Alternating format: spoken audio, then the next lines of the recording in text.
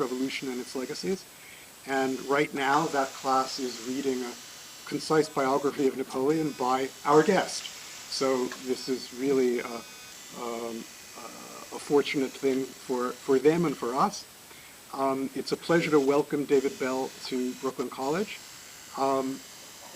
He is a professor of modern European history at Princeton and director of the Davis Center for Historical Studies there. I was going to say I've been reading him my whole career, but it's not true because I'm older. I've been reading him his whole career, and it means his first book on lawyers and citizens in old regime France, a terrific book, and then a book on the cult of the nation in France that is sort of required reading for graduate students everywhere. He's written on Napoleon, as I said, on the whole idea of total war. He's also been, he published a book a few years ago on political charisma, which also connects to the theme of Napoleon. And he's at work on a history of the Enlightenment. There was one other thing I was going to say in making the introduction, and that is that in riding the subway here, I was reading this new book, Liberty, Equality, Fashion by Anne Higonnet, which is about clothing in the French Revolution. And she has an opening section with a cast of characters. And one of the characters is Napoleon Bonaparte. And she identifies him as second husband of Josephine. So to hear more about the second husband of Josephine, I turn things over to David Bell.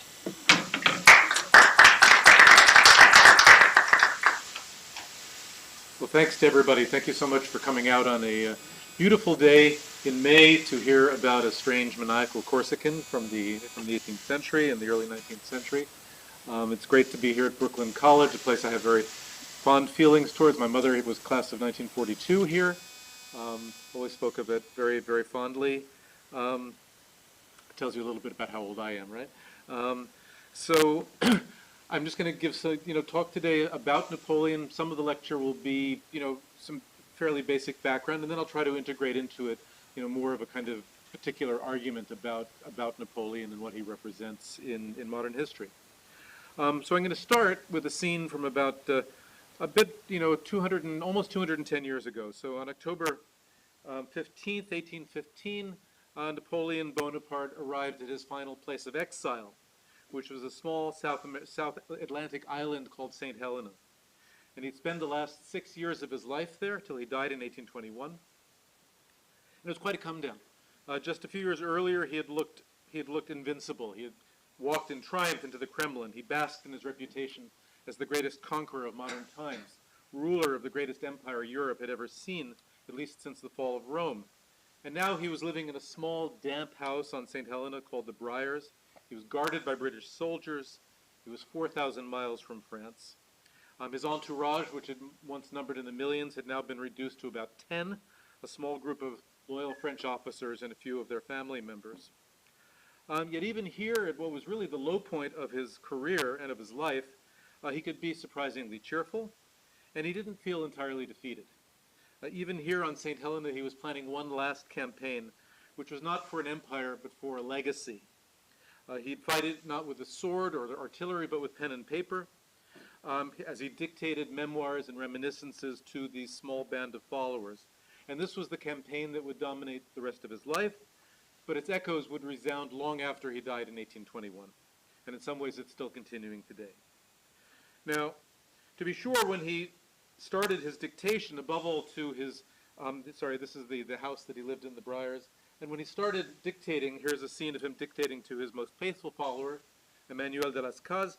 It wasn't future historians he really had in mind. He wasn't thinking about me. I feel terrible about that. But even after his final military defeat at Waterloo in 1815, he still hadn't entirely renounced the idea that one day he could possibly return to the throne in France. And even if that possibility were now truly remote, he hoped rather more plausibly that the throne might come back to a member of his family, preferably his son, who was then just 4 years old, and in the care of his mother, Napoleon's second wife. He was the second husband, and then he had two wives. And she was a former Austrian princess named Maria Louisa, and she and his son were in Vienna. And these hopes were not entirely deluded. The regime that had replaced Napoleon in France, which was a restored monarchy presided over by the Bourbon dynasty, the one that had ruled before the French Revolution, that dynasty was fragile and unpopular. Napoleon himself had already managed to topple it once and come back once when he escaped from an earlier place of exile, one that was a lot closer to France, and briefly returned to power during the episode called the 100 Days, which ended with the Battle of Waterloo. The Bourbons, who were in power now in France, certainly believed that Napoleon was still a threat. Their police was hunting down suspected Bonapartists with paranoid intensity.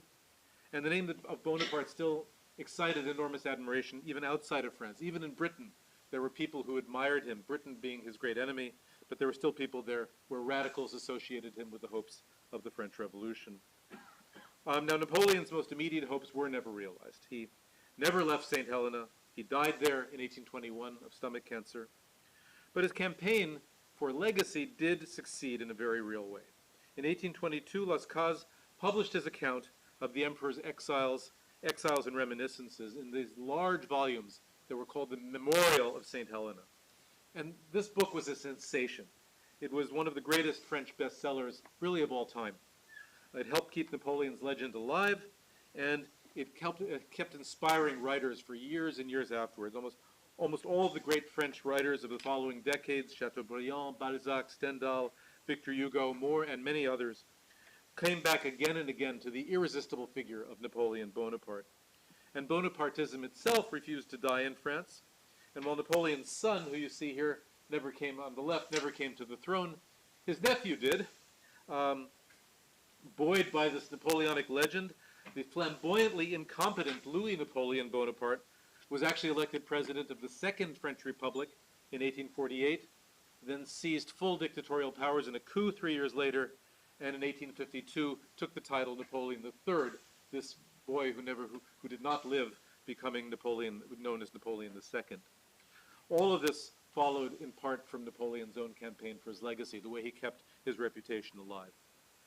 Napoleon III fell from power in 1870, and Bonapartism as a serious political force evaporated pretty quickly after that. But even today, the battles over Napoleon's legacy have continued, even if they do so mostly today among historians. In fact, over the past 30 years or so, they've even intensified. Partly this is because of just a phenomenon that historians are very familiar with, namely what happens in bicentennials and tricentennials when you go back and sort of commemorate various dates. So Napoleon was around for a long time, so there was a kind of traveling bicentennial roadshow that began around 1993, 200 years after he first burst to prominence, and then it took historians following in his footsteps at a 200-year remove from Italy to Egypt, to Germany, to Austria, even to Russia, down to the bicentennial of his death 3 years ago. The debate slackened a bit while this roadshow sort of, after, so to speak, met its own Waterloo. But then they flared up again last year with the release of Ridley Scott's film Napoleon, which some of you may have seen. So what I want to do in the rest of this talk is to present my own view of Napoleon and his legacy, talk a lot about the way he manipulated his own image to gain power and to remain in power. And since some of you may not be really familiar with his story, I will go over some of the most important facts and dates in that story. But I also want to focus on the nature of his political authority and its relation to his military reputation. And I'm going to do this in a few steps. I'll take a moment to just talk about some of the debates that historians have had about him. Then I'm going to go back a little bit before Napoleon and talk a little bit about the cultural background out of which there developed the particular kind of political authority that he embodied.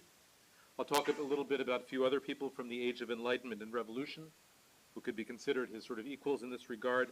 And then I'll come back to Napoleon himself and spend the rest of the lecture on that. So first, let me talk a little bit about the debates among historians and biographers. And these debates have been voluminous. They've taken many forms. They can be as simple as, was he a good guy or bad guy? Already, almost 70 years ago, there was a Dutch historian named Pieter Geel who published a book, you can see the cover there, called Napoleon For and Against, which was basically simply a collection of texts arguing that he was a good guy or was he a bad guy. Many of the debates also involved his relationship to the French Revolution. Was he the heir of the French Revolution, or was he in fact the gravedigger of the French Revolution? The historians situated him in the history of European empire. Was he an imperialist, an orientalist? More recently, attention is focused on the fact that where he could, he actually restored slavery in France's Caribbean colonies after slavery had been abolished by the enslaved people themselves during the French Revolution.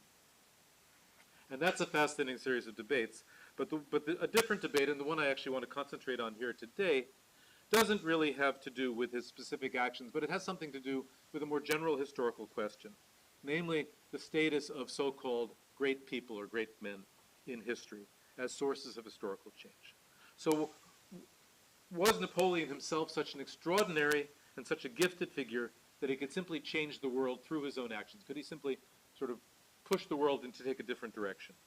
Or is this a myth? Was he a prisoner of greater historical forces? Here, his own efforts on St. Helena in crafting his legacy played a very important role.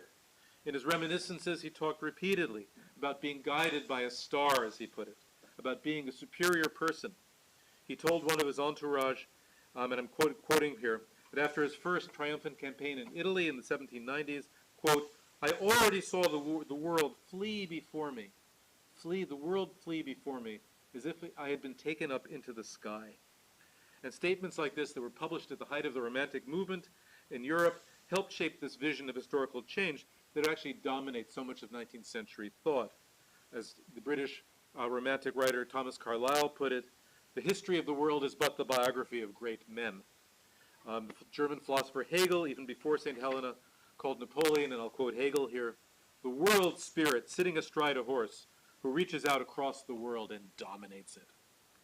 And the spectacle of Napoleon in his last lonely exile actually added even more to this mythical status, because he really did seem like a figure out of Greek myths in some ways. First, there was Napoleon, the invincible Hercules, conquering everything. Then there was Napoleon as Icarus, tempting fate by flying too close to the sun. And then, finally, there was the image of Napoleon as Prometheus, the fallen Titan. And Napoleon himself described himself in exactly these terms as Prometheus. He said, and I'm quoting Napoleon here, "A new Prometheus, I am nailed to a rock to be gnawed at by a vulture. Yes, I have stolen the fire of heaven and made a gift of it to France." You can see he did not exactly have a small ego. Now this theory, what we call the great man theory of history, or the great person theory of history, is not, to put it mildly, much accepted by historians today. While we don't want to discount the force of individual personality and ability, we generally try to explain historical change by looking at a much broader range of forces, which can sweep along even the greatest of individuals, or the most powerful of individuals. But when it comes to Napoleon, actually the debate changes in some ways. And I would say that on this issue, the historians and biographers divide into roughly three camps. So first, there are those who still do buy into the legend, heart and soul. One prominent example is Napoleon's more recent British biographer, Andrew Roberts. The British edition of his book has the title Napoleon the Great. It pretty much tells you what he thinks there. It's fascinating because Roberts was actually a Tory, a conservative, a Eurosceptic, as they say in Britain, who normally would have not had a lot of patience for over-ambitious French people. But he was entirely swept away by his subject. He quotes Chateaubriand with evident approval. He says Napoleon was, I'm quoting him, quoting Chateaubriand, "the mightiest breath that ever animated human clay." And he praises, and I'm quoting Roberts this time, Napoleon's protean energy, grand purpose, literary talent, near perfect recall, superb timing, inspiring leadership. Wow, sounds like an amazing person from that. So we have the people who buy into the legend. Then there are the skeptical historians who want to dismiss the legend largely, almost entirely. This was most explicitly the case for Marxist historians, who tended to see Napoleon as little more than the agent of the ruling French middle class, the rising French middle class. It's also the case for a lot of French historians who see Napoleon basically as the embodiment of forces released by the French Revolution. And his most recent French biographer, Patrice Genifet, largely falls into this camp. He acknowledges Napoleon's abilities, but he ultimately sees abstract political phenomena like equality and liberty as the real major motor forces of history. And Genifet's Napoleon succeeds because he follows the course of history in bringing the French Revolution to a kind of conclusion. So that's Genifet's argument. And then finally, there are those who don't want to dismiss the legend and the myth, but they want to treat the legend and the myth as historical phenomena in their own right. So not to buy into them, not to dismiss them, but to study them. And yet another recent biographer, Philip Dwyer, who you see here, is pretty typical of this tendency. He wrote a very massive 3-volume study of Napoleon that emphasizes how Napoleon actually tried to construct his own legend through art, through printed propaganda, through much else. So in Dwyer's hands, Napoleon comes off actually as a very modern kind of figure. He's a kind of master media manipulator. I suppose you could say that this third camp is in some ways a variety of the second. These writers are also somewhat skeptical. What they've mostly done is situate Napoleon and his myths in the context of cultural change rather than social and political change. And I think this is true to a large extent. But studies that focus on cultural change, even very broad ones like Dwyer's, tend to leave more room for individual action, individual agency, than studies that see history as completely shaped by massive historical and social forces. Cultural change can take place much more quickly than something like the rise of the middle class, and it is shaped much more decisively by individual interventions. So to the extent that we cast Napoleon as somebody who wrote and rewrote his own historical scripts, so to speak, we can give him a fair amount of credit for his own action, his own innovations, and we can take his own exceptional abilities a bit more into account. Now, as you probably guessed by this point, I would put myself in that third camp in my own biography of Napoleon, which I gather you guys are reading, at least the ones in David's class. I do pay a great deal of attention to the French Revolution, which made Napoleon's rule possible in all sorts of ways. But I'm also very concerned with the way Napoleon saw himself, the way he tried to make others see him, and the way he was actually seen as an extraordinary superhuman figure. And I'd argue that this image of him as a Superman, in the way it developed, is actually a crucial aspect of his story. And actually, in a more recent book on charismatic leadership that Professor Transky mentioned, I actually went further with this analysis, and I argued that phenomena of this sort weren't just central to the story of Napoleonic France, but to the Western world as a whole during this period. Okay, enough with historians debating each other, which I'm sure is fascinating for all of you. I'm now going to sort of try to go back in time a little bit and show some of this cultural background before Napoleon.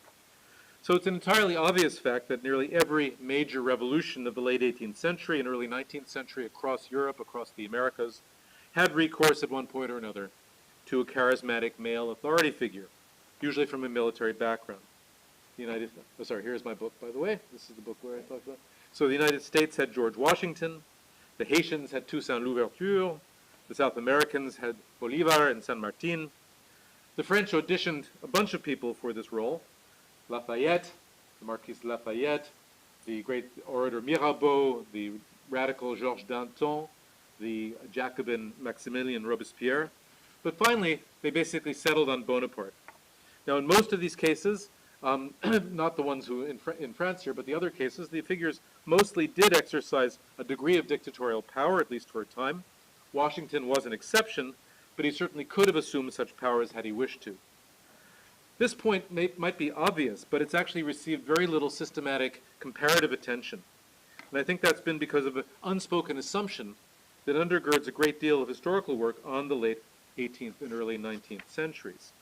It's the assumption, there's an assumption that these turns to charismatic strongmen were in some sense a kind of mistake, that they were primitive and atavistic, that these were deviations from the natural course of what were otherwise very modern revolutions, and that they had no real relation to the ideological factors that brought these revolutions about and that these revolutions contributed to.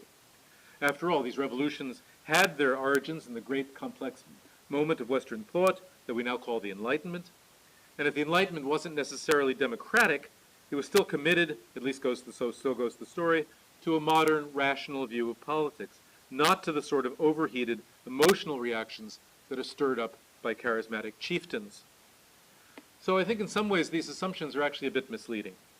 Yeah, the recourse to strongmen is deeply rooted in human history, of course it is.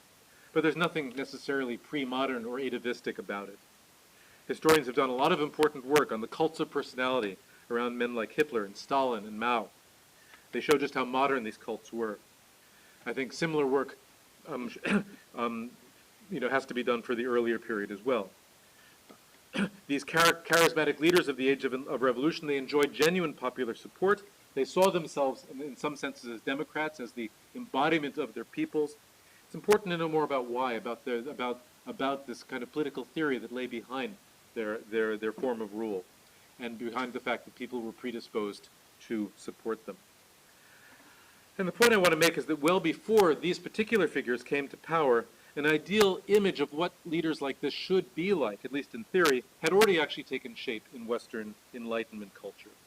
And figures like Washington or Toussaint or Bolivar or Bonaparte succeeded in large part because they were able to perform brilliantly in a role which had actually already been sketched out before them. There was latitude in how this role would be performed. Each of them reshaped it to their own advantage, but certain key characteristics remained.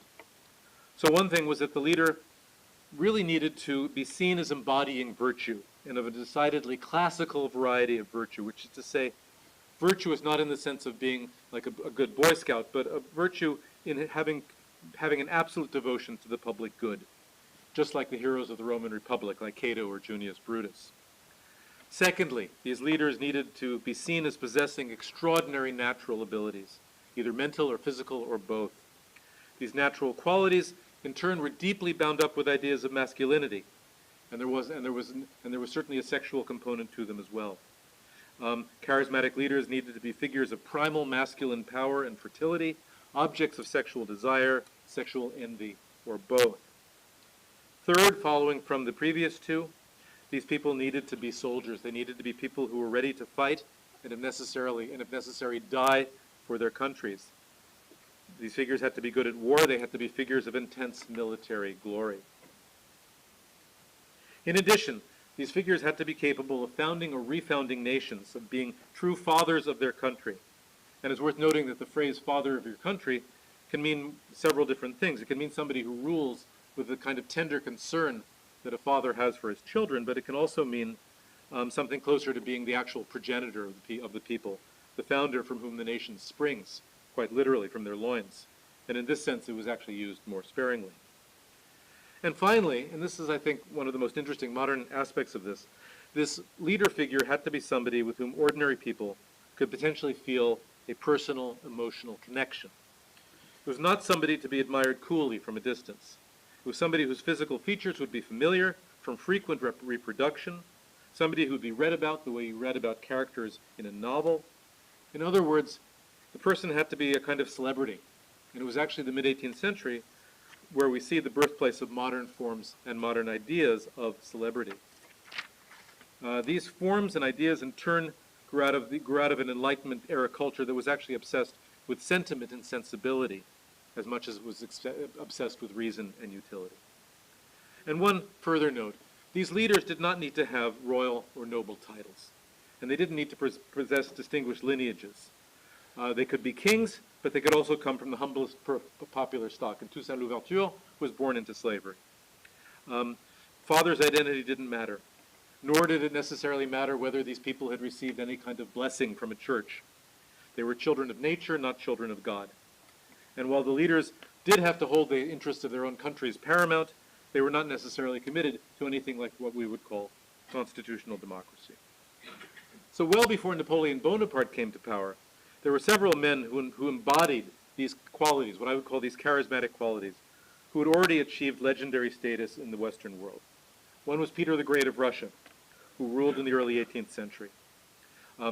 Was a monarch, obviously. Over the following decades, he became the subject of copious poetry, artwork, at least 10 biographies in French and English and German, including by writers as prominent as Daniel Defoe and Voltaire. And then on the other side, we have an even more fascinating figure, I think, in a way, a man named Pasquale Paoli, or Pascal Paoli, as we would say in the United States. He led the independent state of Corsica. You can see a connection with Napoleon here coming. He ruled it in the mid-1750s into the mid-1760s, when Corsica was absorbed into France. He's largely forgotten today, but at the time he had an enormous European and actually American vogue. British Whigs, French philosophers, American revolutionaries all saw Paoli as a symbol of liberty. In Paoli's case, much of this came from a single source, the writer James Boswell, who spent 2 weeks visiting with Paoli in the 1760s and published a breathless account of the trip that became a bestseller with translations into many European languages. And then most famous of all, of course, there was George Washington, who I'll come back to at various points. So all these men, even the autocratic Peter the Great, were all held by their Western admirers to possess the characteristics I've just been going through. They were all held to be sort of classically virtuous. They were all praised fulsomely for their natural abilities, their strength, their genius, and so on and so forth. They were, most of them were unusually tall and strong. Most of them were considered particularly handsome. They were all hailed for their military abilities. They were all considered founding fathers, fathers of their countries. Biographers of Peter the Great and Paoli always used the phrase father of their country in the titles.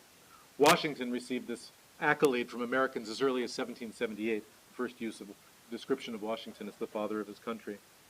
And Peter and Paoli were especially praised for molding supposedly savage people like the Russians into modern civilized nations. So finally, all these people can be considered celebrities. Their images circulated everywhere, in printed engravings, in figurines, in wax statues, even on handkerchiefs, on pots, on plates, you name it.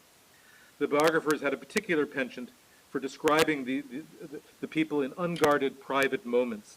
Peter the Great traveling through Western Europe in disguise, Washington as a boy chopping down his cherry tree.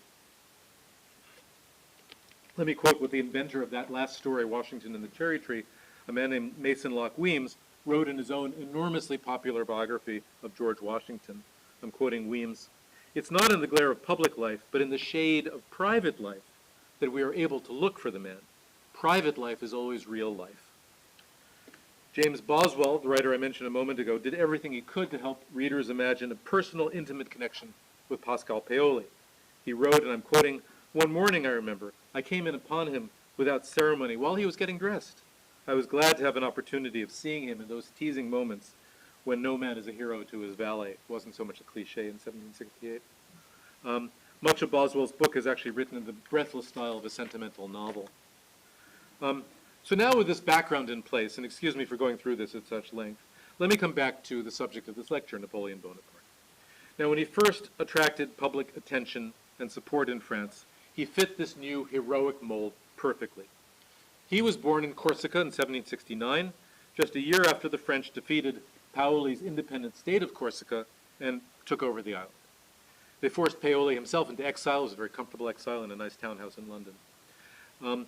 This defeat was a bitter one for the Corsicans, but it meant that Napoleon was actually born a French subject, very important. His father, who had been a member of the island's gentry, was able to send him to be educated in one of France's elite military schools. Interestingly, despite training for the French army, the adolescent Napoleon remained a very fierce Corsican patriot. He was particularly obsessed with Paoli, whom he read about actually in the Italian translation of Boswell's book. When Napoleon graduated from school in 1785, he got a commission in the French artillery. But then just 4 years later, the French Revolution began. He returned to Corsica and quickly became embroiled in the very turbulent politics of that small island. Paoli came home from exile the same year. Initially, the two were on the same side, the old independence fighter and his young acolyte. But by 1793, Napoleon and Paoli and his family were feuding with Paoli, and they had to flee, and the Bonapartes had to flee to the mainland. Very big moment in European history when that happened. After that, he gave up his Corsican loyalties. They identified as French. He quickly made a reputation for himself as part of the force that successfully recaptured a port city called Toulon from the British. It's the first scene in the new movie, although it manages to bungle most of the facts. 2 years later, he played a key role defending the revolutionary government in Paris from royalist rioters, and that success led to his nomination as general-in-chief, commanding France's army of Italy. He was just 27 years old, but despite this youth and inexperience, he turned out to be an absolutely incredibly brilliant field commander, indeed one of the greatest military geniuses in all history. In the spring of 1796, he led his forces into Italy. Within a matter of weeks, defeated one Italian kingdom, and then in a remarkable 9-month campaign, completely outfought France's main adversary in Italy, the Empire of Austria, and forced it into a peace settlement that left France in control of most of northern Italy. This all made him a great hero back in France, and he did what he could to further his reputation even more. He founded not one, but actually 2 newspapers that were basically devoted to reporting on his successes back to the French public.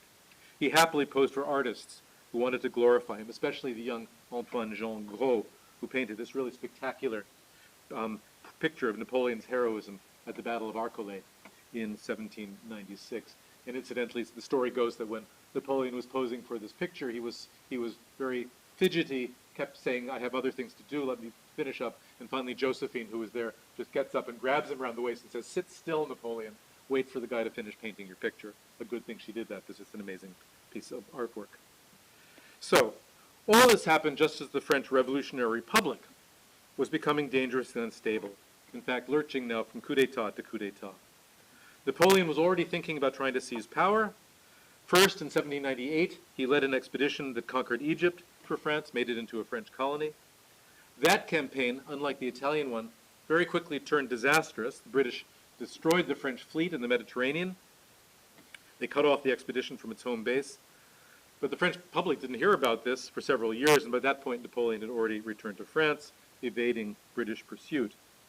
Once home in the fall of 1799, he entered into a conspiracy with several rather corrupt politicians who would all become convinced that only a powerful general could save the French Republic.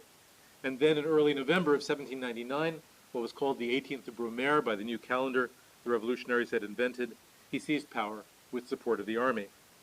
He outmaneuvered his fellow conspirators and very quickly became the so-called first consul of France with quasi-dictatorial powers. Still just 30 years old. So what was the image of Napoleon that circulated in France during this crucial period when he was rising to prominence, the period of the campaign in Italy and in Egypt? First, he portrayed himself as a figure of uncommon republican patriotism and virtue. In fact, another French newspaper of the period, not one sponsored by him, was actually called, you can see here, Journal de Bonaparte et des hommes vertueux, so Journal of Bonaparte and Virtuous Men. He was frequently compared to figures from classical antiquity. You can see him there with Hannibal, Lucide, and Alexander the Great, Lucide not being exactly from classical antiquity. Secondly, he was seen as a figure of extraordinary natural gifts. Now, he was not particularly tall or strong. He wasn't short either. That is a myth successfully spread by British propagandists. People still think he was short. He wasn't. But he was seen as incredible in a different way. He was seen as a genius, as somebody who had extraordinary mental powers. And he was also seen as a man of extraordinary bravery. And these things actually happen to be quite true. But the newspapers that he sponsored really, ratcheted all this up as far as they could. I'll quote one of his tame newspapers on Napoleon, quote, "He flies like lightning and he strikes like thunder. The speed of his movements is matched only by their accuracy and prudence. He's everywhere. He sees everything. He's like a comet cleaving the clouds. He appears at the same moment on the banks of two separate rivers," and it goes on and on and on like this. And the same point was conveyed by the visual portraits, which portray him as strikingly handsome, windblown, a pure emanation of nature. Most famously in this painting by Jacques Louis David from 1801 that shows him on horseback in the Alps. He actually crossed the Alps on a mule wrapped in a blanket, but that wasn't going to stop David from painting this picture. Needless to say, he was also portrayed as the very incarnation of military glory and success. Even before he took power in France in 1799, his propagandists were also already calling him the savior of France. And once he was actually in power, this language became absolutely ubiquitous. He never formally took the title of father of his country, because that was a title that had been used by his royal predecessors, but he was often referred to that informally. His propagandists and admirers also frequently called him a regenerating hero, the hero who regenerated France, who literally regenerated, gave it a new birth. And then he was most definitely a celebrity.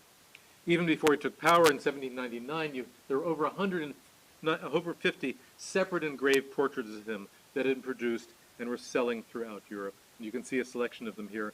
Most of them were not done from life. Most of the artists had very little idea what he actually looked like. They were happy to dispense with even the pretense of verisimilitude, but their diffusion still meant that his face, or at least what people thought was his face, was familiar throughout Europe. And while the artists tended to portray him quite formally, he was also the subject of stage plays that emphasized his personal qualities, like his loyalty to his friends.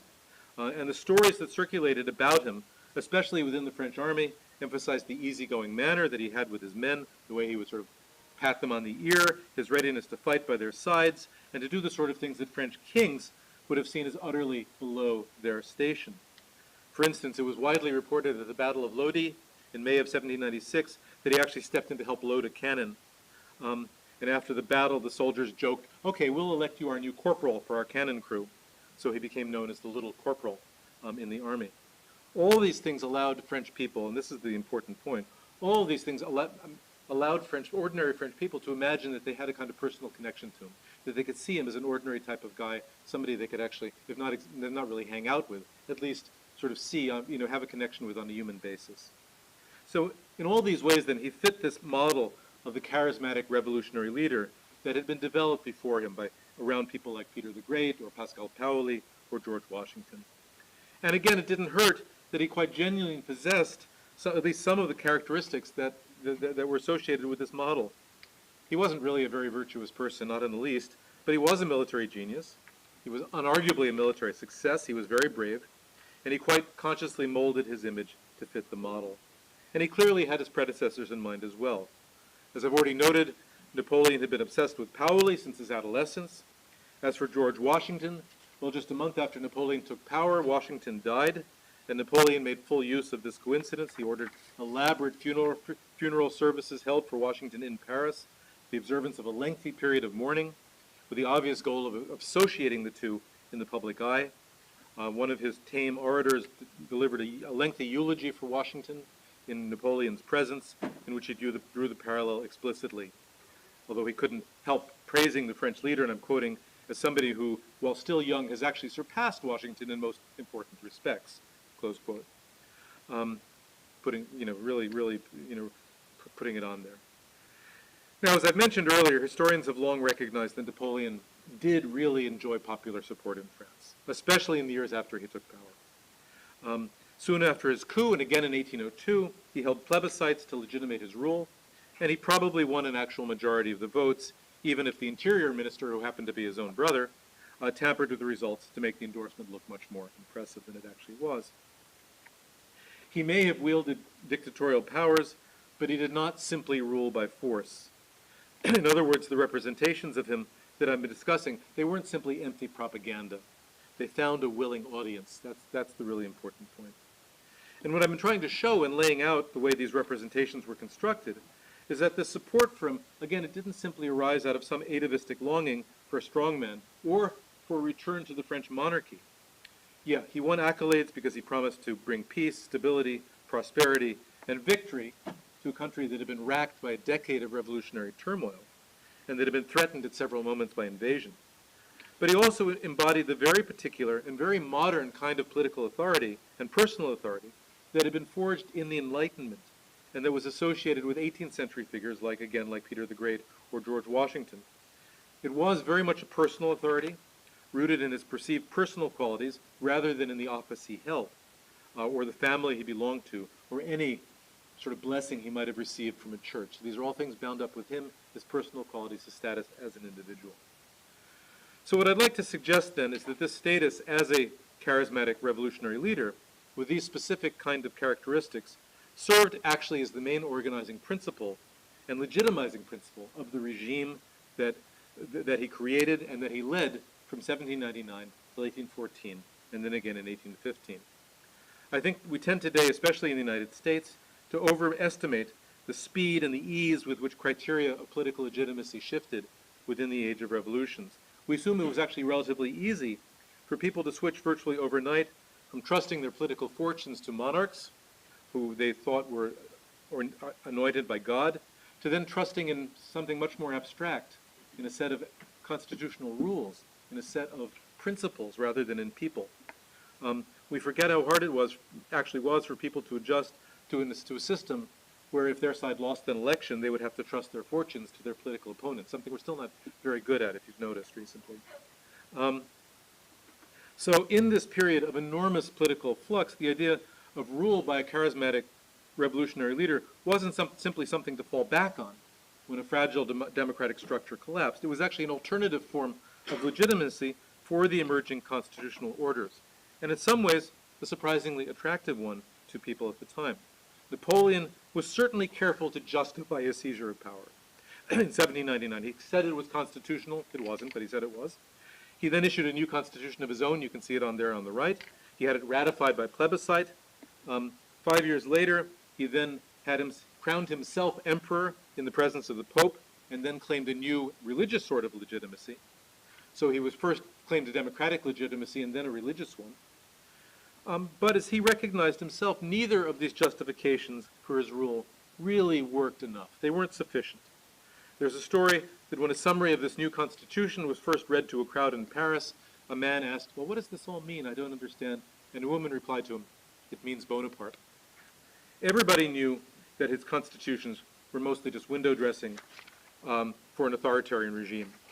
And as for the new monarchy that he founded in 1804, it lacked entirely the weight of tradition on which other European monarchies relied, despite all the pomp and ceremony, all the ermine that he's wearing, all the crowns. There was no tradition there except a kind of very obviously invented tradition. And Napoleon himself recognized this. He was a smart guy. He recognized this. In May of 1803, so a year before this, and when France was preparing to go back to war after a short-lived peace, he said the following to one of his aides, and I'm quoting him: "You have to remember that somebody like me is not like those divinely anointed kings who regard their states as an inheritance. Their power is supported by long-standing customs. With us, by contrast, long-standing customs are obstacles. My French government needs brilliant actions and therefore war. I repeat, a newborn government like mine needs to amaze and astonish people in order to consolidate himself." I love it when the people I'm studying actually basically write my thesis for me. And that's exactly what he did in 1803. For Napoleon, in other words, a crown of gold and jewels mattered much less than the crown of laurels, which was the way that heroes in classical antiquity had been recognized for their victories. They were not the owners of royal pedigrees, they were the doers of great deeds. And it's no surprise that Napoleon is so often portrayed not being crowned with a crown, but more often being crowned with laurels like Julius Caesar. The Napoleonic regime actually privileged glory above all other qualities. And so we have to take glory seriously, not just as a source of fame, but as a kind of political principle. The great civic festivals of the period, they all centered on the exaltation of military glory, such as in this, another great painting by David. This shows Napoleon distributing his eagle standards to his regiments. These were the battle standards that the regiments would carry to war with them, the equivalent of regimental flags for the British Army. There were other such rituals of this sort, such as the reburial of France's greatest military heroes in the Church of the Invalides in Paris, where now Napoleon himself is buried. Or not buried, but entombed. The great architectural projects he sponsored had the same purpose. And all in all, Napoleon offered glory as, in a sense, the principal incentive, the principal thing that would bind ordinary French people to each other and to his regime. Particularly deserving subjects could hope for a recognition of glory in things like the Legion of Honor, which he created as a way of, again, bringing the French together and reconciling the old regime and the French Revolution. And of course, the defining standard against which everybody else's glory would be judged was Napoleon himself. He was the ultimate incarnation of glory. Now, this was, in its own way, a rather intriguing venture to organize an entire society on a basis other than religion, other than religious obedience, other than the sort of abstract political principle beloved of the French revolutionaries. There was nothing cold or abstract about Napoleon's cult of glory. In his regime, the population would not be bound together so much by constitutional rules or by traditional habits of obedience, but by intense emotion focused on the person of the charismatic leader. And let me quote how the Chief Justice of his Supreme Court justified the creation of the empire in 1804 when he took the title of emperor. I'm quoting, "Napoleon Bonaparte stands beyond human history. He belongs to the time of heroes. He is beyond all admiration. The only thing that can rise to his level is love." Close quote. The kind of just, the kind of obsequiousness that, that even Donald Trump would be satisfied with, possibly. And yet, in the final analysis, this venture, which I've been describing, was also very fragile. It was fragile because in practice, the quality of glory that Napoleon placed such weight on was actually much more narrowly military glory. He did gesture towards expanding the definition When he founded the Legion of Honor in 1802, he said the following: "If this honor only goes to soldiers, then the nation will no longer amount to anything." But guess what? 97% of the people who earned the Legion's coveted red ribbon before 1815 were soldiers. So he failed his own test. In official state ceremonies, marshals of France always had the right to walk ahead of anybody else, even the highest civilian officials. In Napoleon's government, even civilian officials wore uniforms based on military uniforms. In his new all-male elite high schools, the lycées, boys were organized into companies commanded by sergeants. They wore uniforms, they walked to class to the sound of drums, they underwent military training, and they were given force-fed endless lectures on honor, on patriotism, and of course on duty to the emperor. The cult of glory was in practice actually a cult of the army. And Napoleon's regime, while it was not a military regime in the sense that the army didn't actually rule and carry out all the business of government, it was still deeply militaristic, that regime. And for this reason, of course, it was also dependent on unending war, and more than this, unending victory. But unending victory was the one thing that Napoleon Bonaparte could not deliver. So now let me, just in finishing up this lecture, and so here are some of the monuments, that Napoleon built around Paris. And now let me, in finishing, pick up his story again and return to the military history. So in 1800, to go back then, soon after taking power, he led the French armies back into Italy, again defeated the Austrians there at the Battle of Marengo. This victory solidified his political position back in Paris. It allowed him to become a monarch in all but name as early as 1802, and then emperor 2 years later. In 1805, he defeated the combined forces of Austria and Russia in the most famous victory of all at Austerlitz. He did not do this by firing cannon through a frozen lake, as Ridley Scott would like you to think. No, he did not. It was a year after that, he inflicted a stunning defeat on the German kingdom of Prussia, and there seemed to be no limits to his power. The boundaries of his empire swelled, eventually incorporating much of Western Europe. The rest of the continent west of Russia was almost entirely subservient to him. But one of the arguments I make in my biography is that as early as 1805, he was actually losing control of events. It was not just his need for brilliant deeds or his outsized ego that was pushing him into ever more intensive military campaigns, because there were also real problems of grand strategy here. And above all, the problem of how to confront his greatest enemy, namely the British. Because the fact was that for all of France's military strength on land, it could not overcome Britain's advantages at sea. And people often describe the war as the contest between the whale and the elephant. The British ruled the waves like the whale, Napoleon stomped on the land like the elephant. Napoleon could stomp on the land, but at sea, France was fatally weak. It could build ships, yes, it could put people into sailors' uniforms, but a powerful navy required something else. It required expertise, and here the French fell very short. Even the lowest ranking sailor in this age of sail required a really lot of skill and experience, a lot more than the ordinary land soldier. Officers required years of specialized training to navigate and maneuver ships that were actually moved by dozens of separate sails. This is the reason British naval officers started at sea as early as age 8. And throughout this period, Britain itself needed to basically impress, quote unquote, which is to say conscript, about half its sailors out of the merchant marine, where at least they could find a lot of seamen. France did not have anywhere near as well developed a maritime tradition. It could not match British in this area. In some of the most important naval battles of the Napoleonic period, fully half the French sailors had never been to sea before. The ships could not be maneuvered as easily, and so they lost. And all of this meant that Napoleon, despite his burning desire to invade Britain in 1803, which would have been the ultimate victory for him, simply could not do so. To protect an invasion flotilla from the British Navy, he needed a navy of his own, and the British kept it bottled up in the Mediterranean. The English Channel might as well have been the Pacific Ocean. Finally, in the fall of 1805, Napoleon ordered the French fleet and the fleet of its ally Spain out into the Atlantic at whatever the cost. On October 21st, they confronted the British under Lord Nelson at Trafalgar off the Spanish coast. The French and the Spanish had more ships, but the British naval expertise counted for a lot more.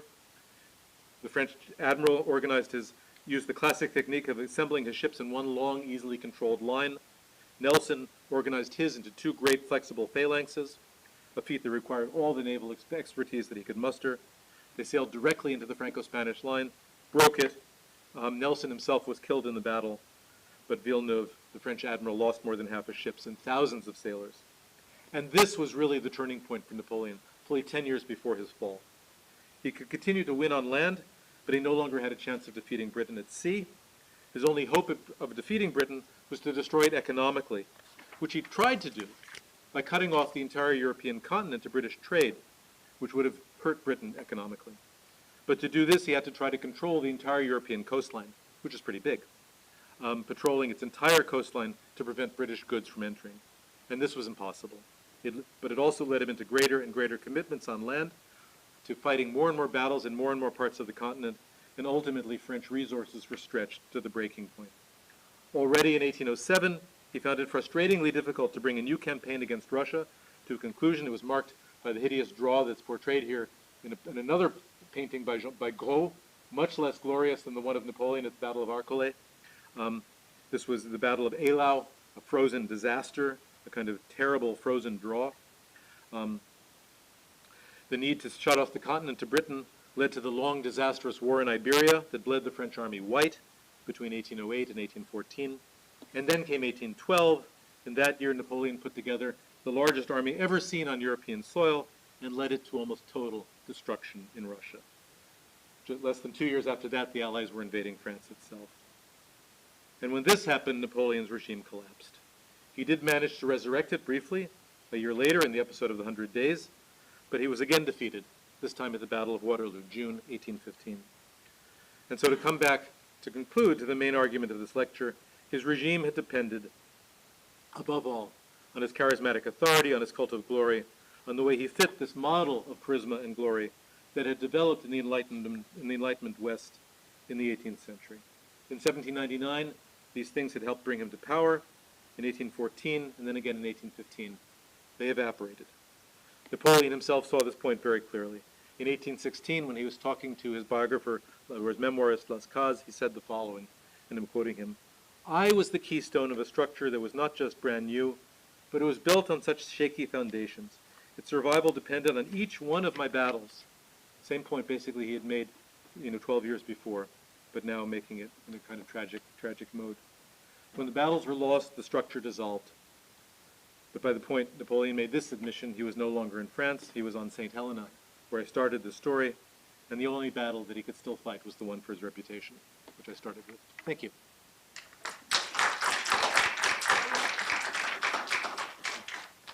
So we have about 20 minutes for questions. I'll let you field the questions, David. I'll let you field the questions. Okay.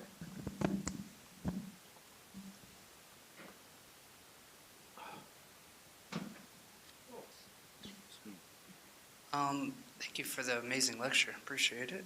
Really good.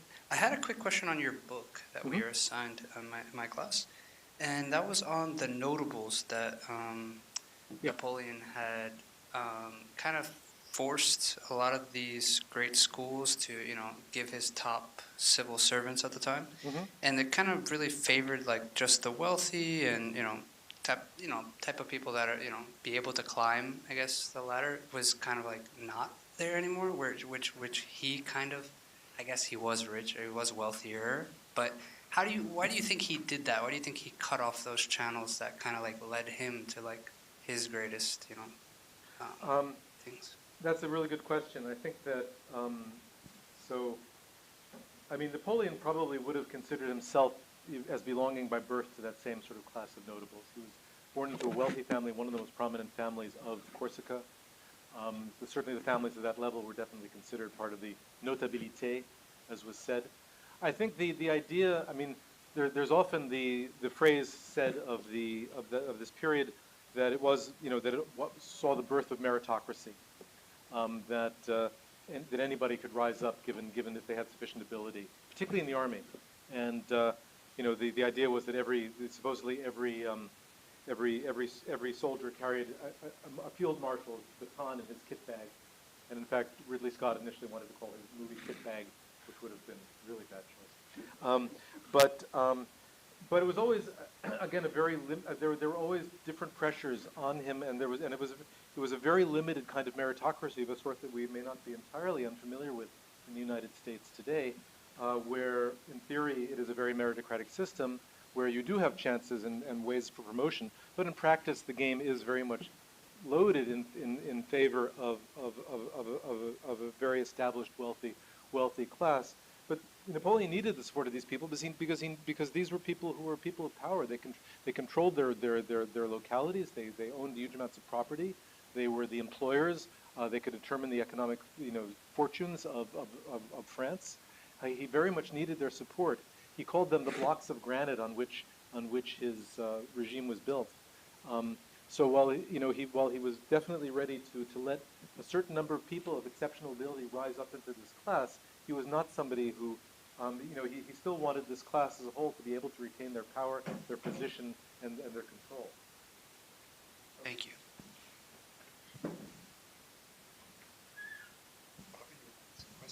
I do have a question for you, Professor Bell. Do you think that this is some kind of Machiavellian type of trying to gain power, like given the fact cult is like you see it nowadays with countries like North Korea and into some cases the MAGA people? The question, Not Machiavelli. It's related to Machiavelli, Niccolo Machiavelli. It's like Machiavellian, Napoleon organized it to his own, created this cult, like how we, see recently in modern times, yeah, sure. Yeah. Would I call him Machiavellian in some ways? Sure. I think most great political figures are Machiavellian to one extent or another. He certainly entered into, a very important conspiracy in 1799 when he, although he was not the originator of this conspiracy. It was Emmanuel Sieyès and Talleyrand who were the originators of the conspiracy. He was somebody who I think saw himself above kind of petty conspiracy, saw himself above the dirtier work of politics in that sense. And he also tried to pose as a figure of virtue, which of course Machiavelli also was a great believer in Republican virtue. The word Machiavellian has many different valences. So, yes. Yeah, thanks so much for the lecture. Also for your book.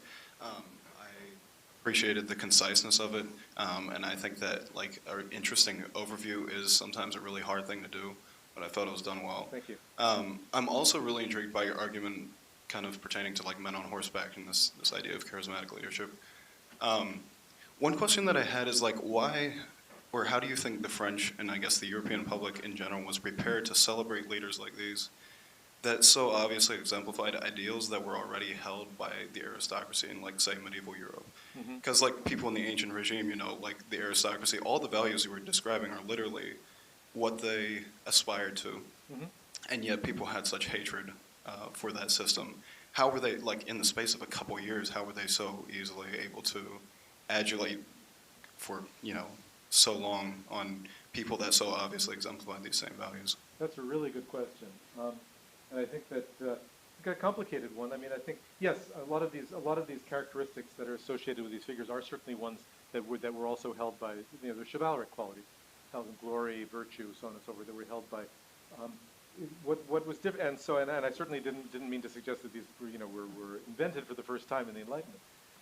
What's different about was the way that they were that they were developed and the way that they were conceived of in this period, so that they were, again, I think it was very important that they were actually linked to this idea of these people as approachable, as ordinary people in a sense. One of the things about, if you look, for example, at all the biographies of George Washington, is the way they tried to make him into almost looking like a kind of backwoods figure sometimes. A simple man of the people when he was born into the great Virginian aristocracy. The idea that Napoleon could be called the little corporal. If you were a medieval knight, that's not something you wanted to be considered. You didn't want to be compared to a private soldier. The idea of birth really didn't mean that much for these people. So there was the idea that these qualities were in them from nature and not because they were the sons of distinguished fathers and not because they were blessed by the church and so forth. That's really, I think, where the difference comes in. But you're right. These are qualities that in many ways are deeply rooted in Western and not only Western culture, and that were simply transformed in this period. Absolutely. Thank you. I apologize that I haven't read this celebrity book, but to what degree does, like, when we think of leadership nowadays, right, and I know there are, like, courses in leadership, and it's like an obsession for certain, provinces in America and probably elsewhere. When we think of leadership, we think of, like, skill and talent, and particularly sometimes political talent.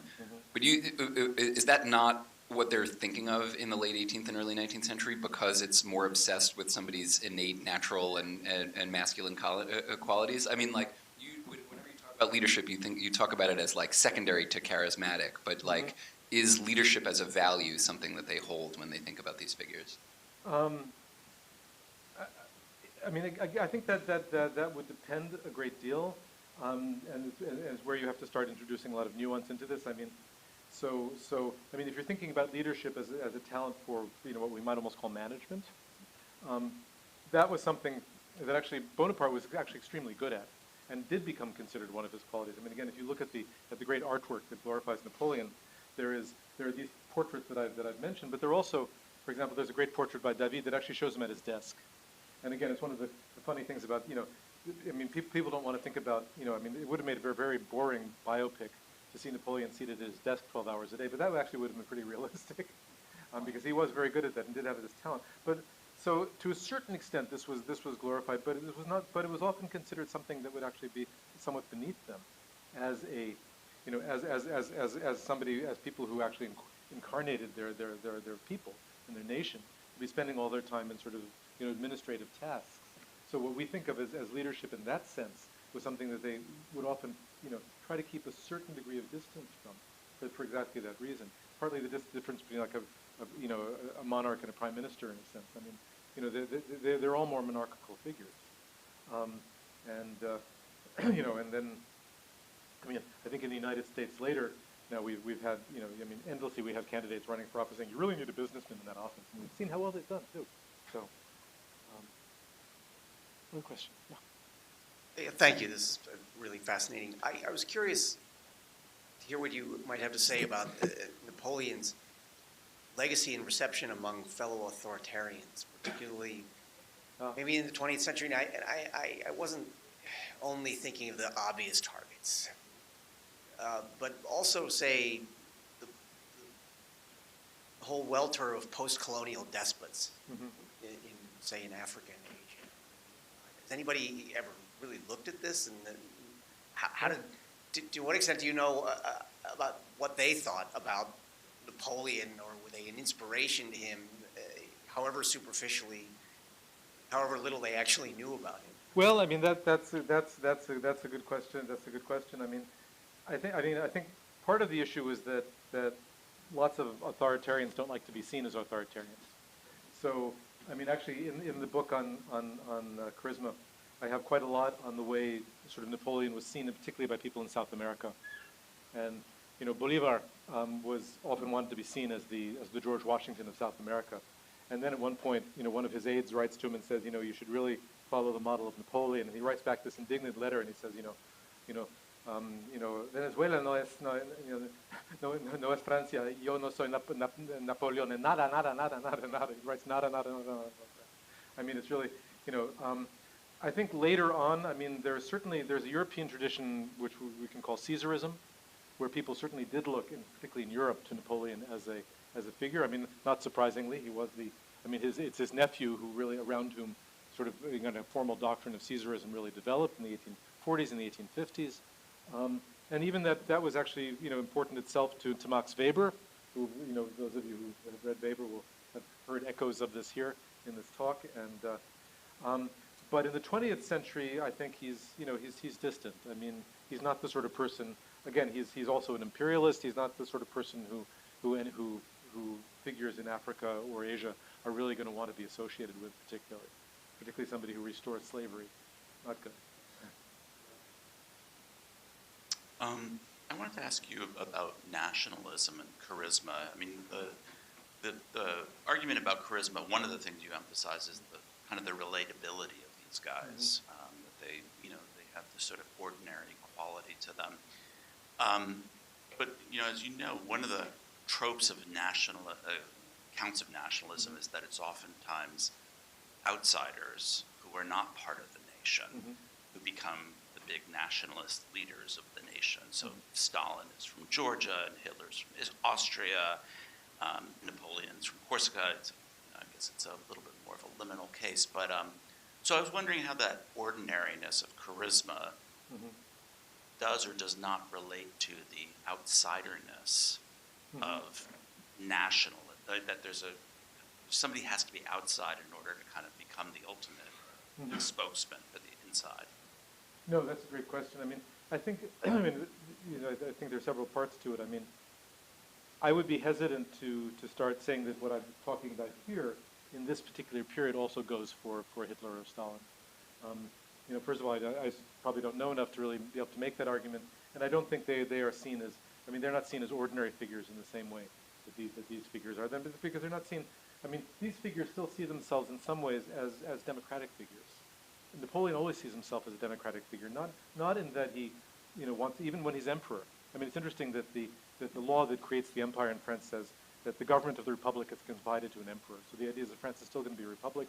It's still going to, you're still going to be the sort of the representative of the people there. So in that sense, I think the outsiderness is always an interesting issue because, I mean, I think in some ways it's the outsider who can actually play the insider role better precisely because the outsider doesn't have any of the commitments to particular camps that the insider has. So actually, Hitler, in one sense, can actually play the role of a German better than a Bavarian or a Prussian can do, precisely because he's not associated with either of those places. Stalin, for the same reason, although the Soviet Union obviously being a very different case, but can also embody the entire Soviet Union in a way that a Russian probably could not have done quite so easily. So I think all these things are mixed up there, but I do think, but I think the ordinariness is really much more important in this period where these revolutions are still, democratic revolutions in one sense, and where these figures are really posing as democratic leaders in a way that a Stalin or a Hitler, they don't simply see themselves as sort of, as figures chosen by the people and representing the people. They see the people fusing together into this block, which they are then, at the summit of. And that's a very different way of conceiving of a nation. So I think there are different kinds of nationalism here as well.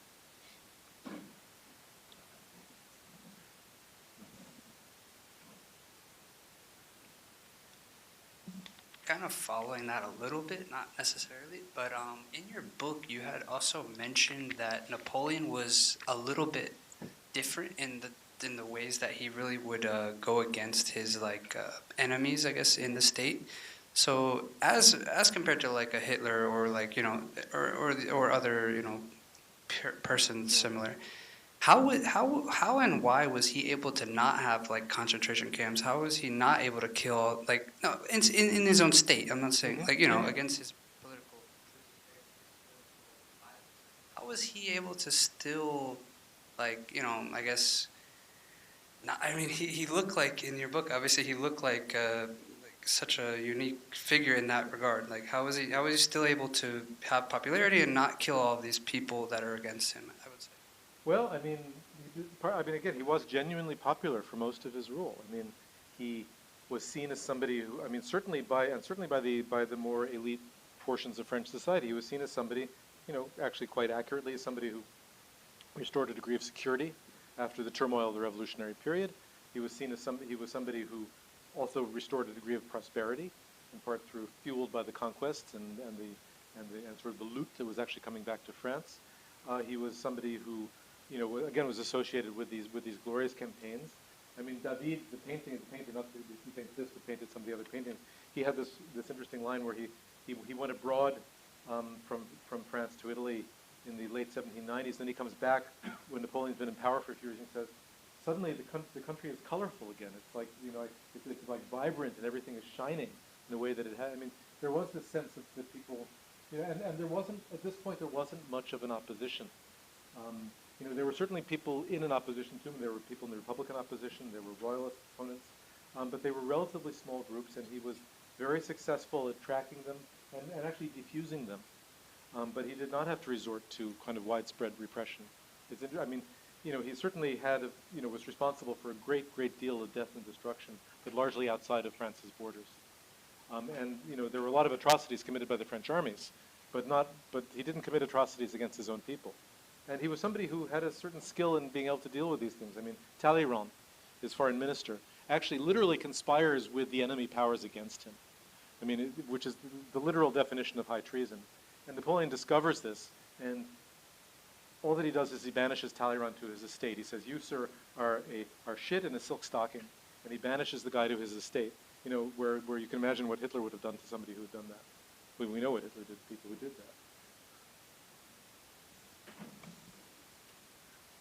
Yeah, sorry, just another question. So, I'm working on a paper right now on Robespierre, and specifically the Festivals of the Supreme Being, the role he played in that. And I'm arguing that this is what got him killed, at least part of what got him killed. And so it was just interesting to me, like you showed that slide of Napoleon with the distribution of the eagles. And, you know, these festivals, you know, still having festivals. And Napoleon, instead of Robespierre, now is playing this prominent role figure as kind of the father of the nation. So what did Napoleon do that Robespierre didn't? Like, was he just working in a different France, or how did he? What did he do that Robespierre didn't? How was he able to maintain popularity and Robespierre got himself killed? Well, you know, it's interesting. I mean, Robespierre had a large degree of popularity as well. I mean, you know, one of the odd things about Robespierre is that he was somebody who never wanted to be a leadership figure like this. He saw himself as the pure embodiment of the revolutionary spirit. He was somebody, he was rational, he was cold, he was logical, he was sarcastic. You know, but he didn't want power in the same way that Napoleon wanted. He didn't want this kind of adulation. He felt very uncomfortable when people adulated him.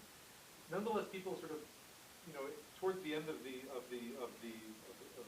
life, you know, a lot of people around France were starting to shout "Vive Robespierre," "Long live Robespierre." They were starting to, you know, almost treat him as if, you know, they wanted a dictatorship in part because they wanted degree of security. They wanted some figure who could embody the revolution like that. He tended to resist that, although he sometimes would actually end up playing into people's hands.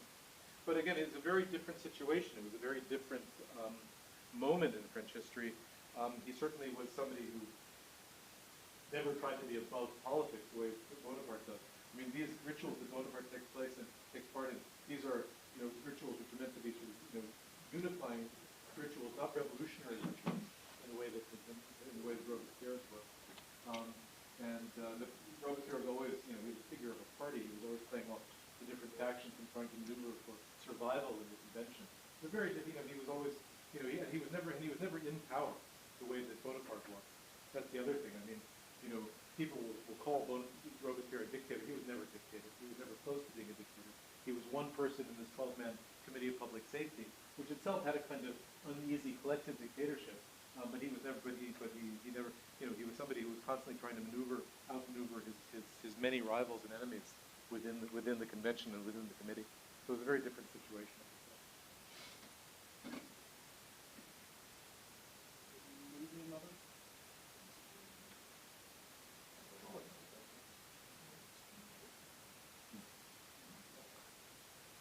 So I was listening to BBC News this morning, and they had quite a segment on the politics in France today, with the election that's going on. Syria, you know, real rise of a far right party. I'm just wondering if there's any context in what we're talking about today that, you know, might be useful for understanding that the situation in France today. Sure. I mean, I think, you know, there's no longer a Bonapartist tradition in France. I mean, there's no Bonapartist party.